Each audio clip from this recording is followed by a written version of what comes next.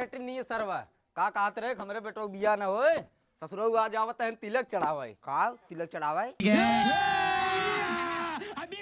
वो काका से तिलक की चढ़ाई जात रहे हैं। और का तो का मजाक लागत का वो तिलक चढ़ावे आवत है खुदाईगंज से। अच्छा खुदाईगंज से। अच्छा काका नमो का हुआ है? का करबा नमो जान के नमोद बाबूराम पागल ना हुआ है। अच्छा बाबूराम पागल। चला काका हम चलते हैं।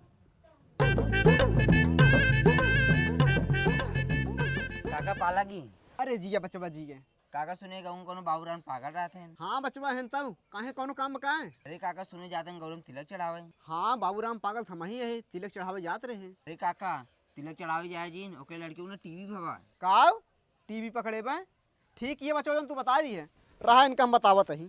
चला काका हम चलते हैं। हाँ बचवा चला उठाइए ना उठाइए ना। हेलो हाँ भाई समझी हम तोरे बिया हुआ ना कह पाओ काहे भैया अब आते आवइए रहा तिलक चढ़ावे ने। अरे सुने तोरे लड़की को टीवी पकड़े बा हम टीवी से भी लड़की अपन बेटी थोड़ी दे भाई की भवाटे के बताए तो का तोरे गांव कौन टिन्नी नाम का लड़की है। ई टिन्नी सरवा हमरे बेटो बिया न हो दे उनको आज इनका ससुर बताई थे काटा भैया